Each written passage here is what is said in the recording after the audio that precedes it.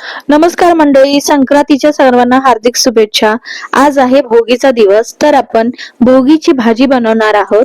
तर इथे वर्षातून एकदा खाल्ली जाणारी ही भोगीची भाजी खूप खास असते तिळामुळे. तर आता आपण रेसिपीला सुरुवात करूया. तर इथे मला उन्हाळ घेवडा, हरभरे, पापडी, गाजर, वाटाणे, वांग आणि शेंगदाणे. आता इथे मला मार्केटमध्ये जेवढ्या भाज्या मिळाल्या त्या हिशोबाने मी भाज्या घेतल्या आहेत. शेंगदाणे अर्धी वाटी मी भिजत घातले आहेत. हरभरे, उन्हाळा घेवडा, गाजर, पापडीच्या शेंगा, वाटाणे, वांगी, कांद्याची पात, शेंगदाणे भिजत घातलेले आहेत. 2 मोठे कांदे चिरलेले आहेत मी.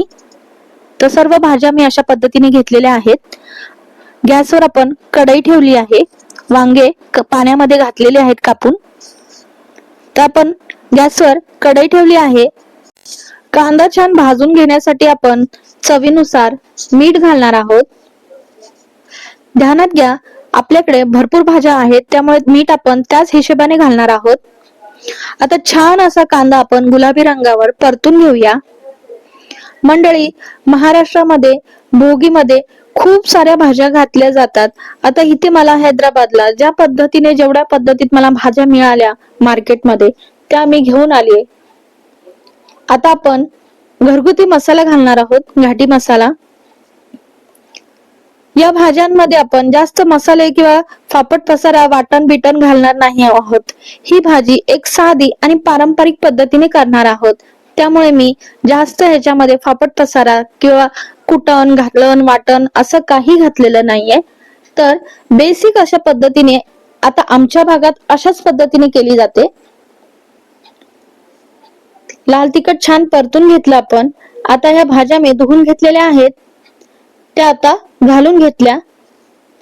आता तेलावर या भाज्या छान परतून घ्यायच्या. जितक्या जास्त परतून घेऊ तेवढ्या जास्त भाजीला चव उतरते. आता भाज्या परतेस्तवर मी बाजूला पातेल्यामध्ये एक ग्लासभर पाणी गरम करायला ठेवलं आहे. भाजीला गरम पाणी घातलं तर चव छान येते आणि रंगही सुंदर दिसतो. भाज्या परतून घेतल्या. आता आपण वांग्याच्या फोडी ज्या पाण्यामध्ये घातल्या होत्या त्या घालणार आहोत. आता वांग घालून घेऊया. सर्व वांग आपण अशाच पद्धतीने घालणार आहोत. वांग कापून पाण्यात ठेवलं तर ते काळं पडत नाही. तर आता आपण सर्व वांग घालून घेतलंय. आता पुन्हा हे वांग सुद्धा आपण छान भाज्यांबरोबर परतून घेणार आहोत. भिजत घातलेले शेंगदाणे ते सुद्धा घालणार आहोत. आमच्याकडे स्पेशली शेंगदाणे भोगीच्या भाजीत घातलेच जातात आणि खूप आवडीने मुलंही खातात ही भाजी. तर शेंगदाणे घातलेत मी. आता आपण परतून घेऊया हे सगळं. अर्धी वाटी शेंगदाण्याचा कूट करून घेतलेला आहे मी. तर तो सुद्धा आपण या भाजीमध्ये नंतर घालणार आहोत. आधी आपण ह्या भाज्या तेलावर छान परतून घेणार आहोत. ध्यानात घ्या, कधीही कुठलीही भाजी तेलावर छान परतली की ती लवकर वाफेवर शिजते. आता आपण जी कांद्याची पात घेतलेली ती चिरून घेऊ आणि ती पण घालून घेऊया. मी इथे कांद्याची भाजी घेतली, तुम्ही इथे चाकवताची भाजी सुद्धा घालू शकतात. खरं तर चाकवताची भाजीच घातली जाते, पण ती मला इथे मिळाली नाही. तर आता कांद्याची पात घातली आहे छान असं, ती पण परतून घेऊया आपण. सर्व भाज्या अशाच पद्धतीने छान परतून घेऊया आपण. तोपर्यंत बाजूला मी गरम पाणी करून ठेवलेलं आहे, ते आपण घेणार आहोत. बघू शकता तुम्ही किती भाज्या छान परतल्या गेल्या आहेत. कमेंट मध्ये मला नक्की सांगा की तुम्ही कशा पद्धतीने करता. आता आमच्या भागामध्ये अशाच आणि पारंपरिक पद्धतीने अशी भाजी केली जाते. भाज्या छान परतून झाल्या आहेत. तर आता मी अर्धी वाटी शेंगदाण्याचा कूट केला आहे, तो जाडसरच केला आहे मुद्दामून. मला जाडसरच आवडतो. तर आता तो शेंगदाण्याचा कूट आपण घालून घेऊया. तुम्ही हवं तर शेवटी घालू शकता किंवा असं तेलामध्ये पण घालू शकता. छान परतून घेतला की त्याची पण एक चव उतरते भाजीमध्ये. तर मी असा शेंगदाण्याचा कूट घालून घेतला आहे आणि परतून घेते. आता आपण जे गरम केलेलं पाणी आहे ते घालून घ्यायचं. गरम पाण्यावरती भाजी छान शिजली जाते आणि रंगही छान येतो भाजीला. तर आता आपण गरम पाणी घालूया. एक ग्लासभर गरम पाणी आपण घालणार आहोत आणि छान वाफेवरती गरम पाण्याच्या ह्याच्यावरती भाजी 15 ते 10 मिनिटं शिजू देणार आहोत. थोडं हलवून घेऊया आपण आणि अंगभरच अशी घट्टसरच भाजी करणार आहोत. एकदम अशी सुकी नाही करणार आहोत, कारण ही भाकरी बरोबर खायची असते ही भाजी.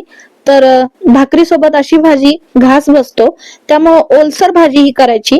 तर आता आपण भाजी हलवून घेतली आहे. आता आपण ह्याच्यावरती झाकण ठेवू आणि एक 10 ते 12 मिनिटं भाजी छान गरम पाण्याच्या वाफेवर शिजू देऊया. झाकण ठेवूया. आता आपण 10 मिनिटानंतर झाकण काढून बघूया. आपण झाकण खोलूया आपण.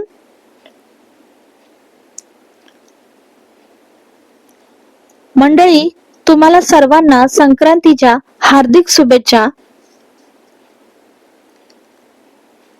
आता ही भाजी आपण हलवून घेतली आहे. आपण याच्यात तीळ घालणार आहोत. भोगीची भाजी आणि संक्रांत, तर तिळाला महत्व हवंच ना. तर आपण एक चमचाभर तीळ घालणार आहोत.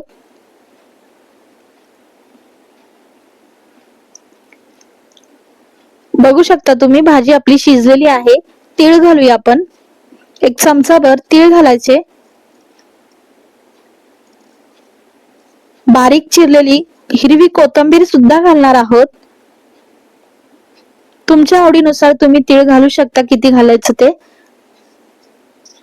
आणि कोथिंबीरीने गार्निश केली आहे. तर मंडळी, भोगीची भाजी तयार झाली आहे आपली. मला इथे बाजरीची भाकरी मिळाली नाही, तर मी ज्वारीच्या भाजी बरोबर भोगीची भाजी सर्व केली आहे. पारंपरिक पद्धतीत बाजरीची भाकरी बरोबर खाल्ली जाते. तर मंडळी, भोगीची भाजी कशी वाटली कमेंट मध्ये नक्की सांगा. पुन्हा एकदा संक्रांतीच्या सगळ्यांना हार्दिक शुभेच्छा. लाईक, शेअर, सबस्क्राईब करा. धन्यवाद.